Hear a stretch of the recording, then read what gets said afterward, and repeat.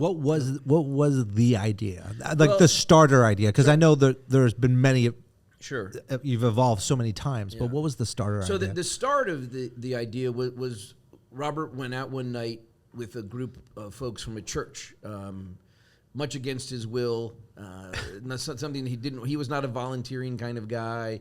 He was not a real community guy. As he was a guy, as he says, a barely graduated high school stoner who wanted to open a nightclub. Yeah. So he was working at nightclubs in town, and ended up with this church group because when he got engaged, this was the church that charged the least amount of money for a wedding. And you also had to volunteer with their group. So he was out feeding folks on the street and was just stunned by the number of people in line in this incredibly wealthy city.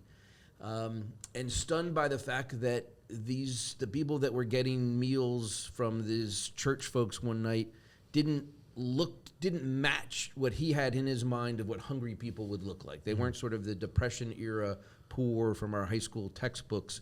They were people that you would walk by on the street and not think anything was wrong or concerned or there was an issue.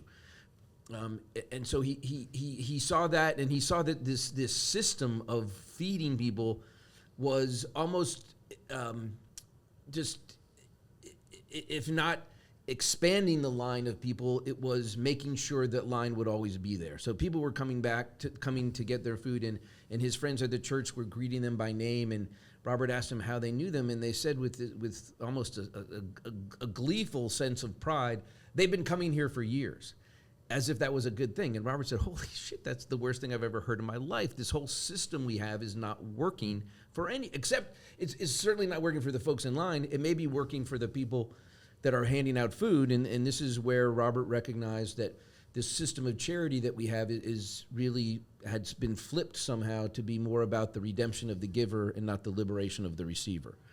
And so Robert wanted to create a system that was based on liberation. And that food was used to create that liberation, not as an end, but as a means, as a tool. So we had been thinking in this country that if we just hand out free food, we're going to end hunger. We're not. That will never, ever happen. We're never going to feed our way out of hunger.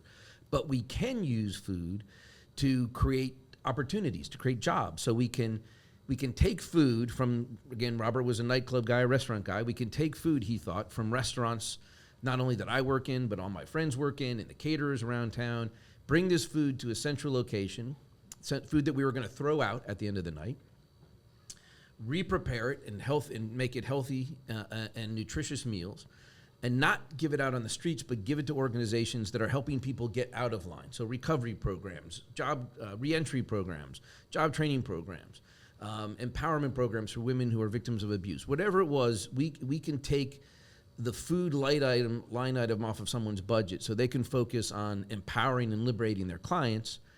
And then we can take some of those folks that are in line, and while we're making these meals, we can train them to work in these same restaurants where we're getting this leftover food. So taking, in essence, leftover food, marginalized individuals, putting them together and creating this incredibly tight circle of empowerment, liberation, and opportunity. Yes. And then using food in the restaurant business to do all of those things. Because as you know, Spike, and I imagine if I ask you today, if I asked you 10 years ago or 10 years from now, if I say, what's the biggest issue you're dealing with at your restaurant? And you'll say, lack of staff. Like that's the thing. Like, how do we get more people that are trained, that are dependable, that want to be part of this business? And so that was the now more so idea. Than ever, by the way. Absolutely. Now more so than ever. Yeah. And so that was the notion, the idea that I found very intriguing at the beginning. But even, as I said, even then, I didn't recognize like how far we could take that, or what were the possibilities that existed there. So with that idea, what was the first action? Like what to market? Was it working with individual restaurants, like you just said, and you did centralize it, or did you have these restaurants prepare them and you brought? I mean, I love that you mentioned it was a means to an end, using foods as a means to an end. I think people confuse a lot of that sometimes, right? On how to Absolutely. get what you want out of the product that you're serving. Right. So the first thing there were a couple things that had to happen to get this thing off the ground. And the first one was Robert felt that if he could convince sort of the nonprofit or the community, in his case it was these folks from the church, if we could sort of flip this model a little bit, we could actually ultimately have a greater long-term impact. But what he found was that there wasn't much interest in doing that because people said, well, if this really works, then what will we do for our volunteer experience? And Barb's like, are you shitting me? Like, right. that's like the fucking thing that yeah. we're worried about? Yeah. Like, no, that's crazy. So that's when Robert decided to do this on his own. But the next group, in a more, I guess, open-minded audience, was speaking to restaurants and saying, hey, I got this idea that you might think it's crazy, but stick with me here. What if you give me the food that you're going to throw away? I'll come by in a truck every night after you close.